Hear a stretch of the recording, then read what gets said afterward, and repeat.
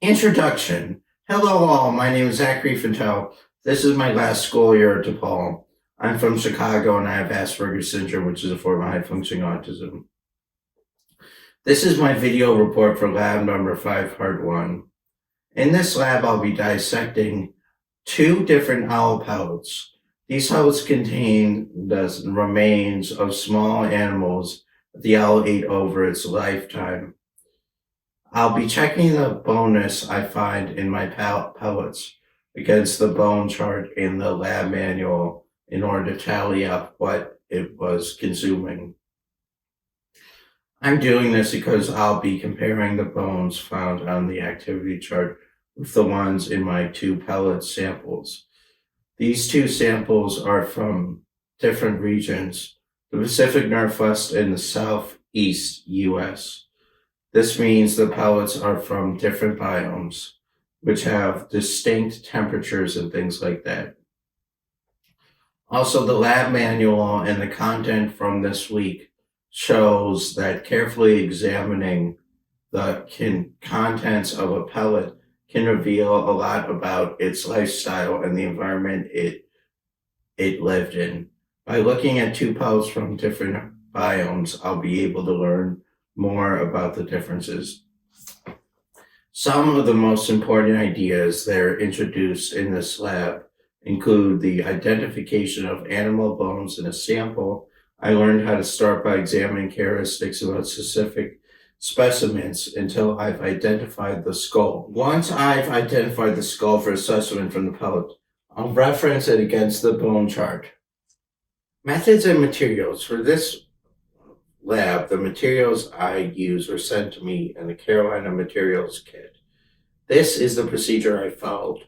First, I put my safety goggles, apron, and gloves so that I wouldn't be exposed to contamination. Then I covered my desk with the dissection. I placed the dissecting tray on top and put the Northwest owl pellets in the tray.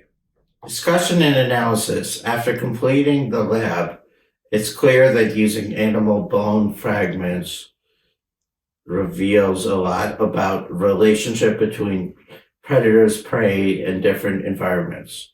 My results are consistent with the idea that owls don't break the bones of their prey.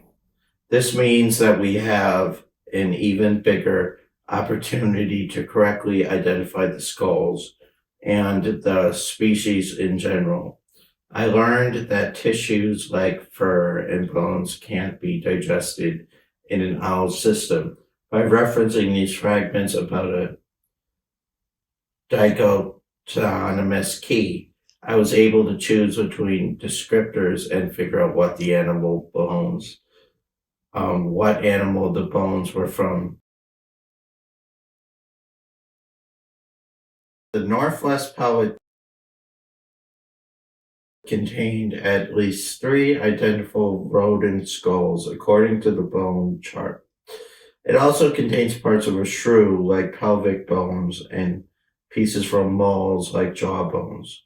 I noticed a lot of bone pieces that could have been vertebrae or smaller broken places. The Southwest pellet,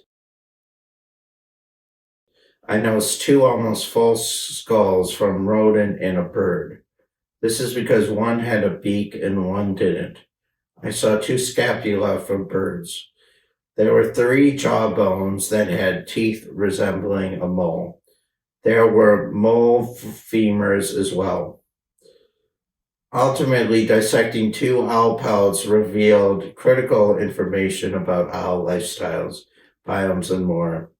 I noticed the difference between the 2 pellets was mainly in the type of animal bones found, where the Southeast had more bird parts than the Northwest. The Northwest had more intact bone shards than the other, which could indicate how the owls they are hunted and things like that.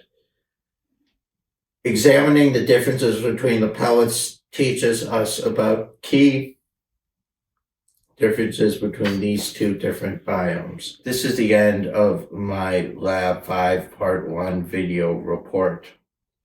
Thank you for watching.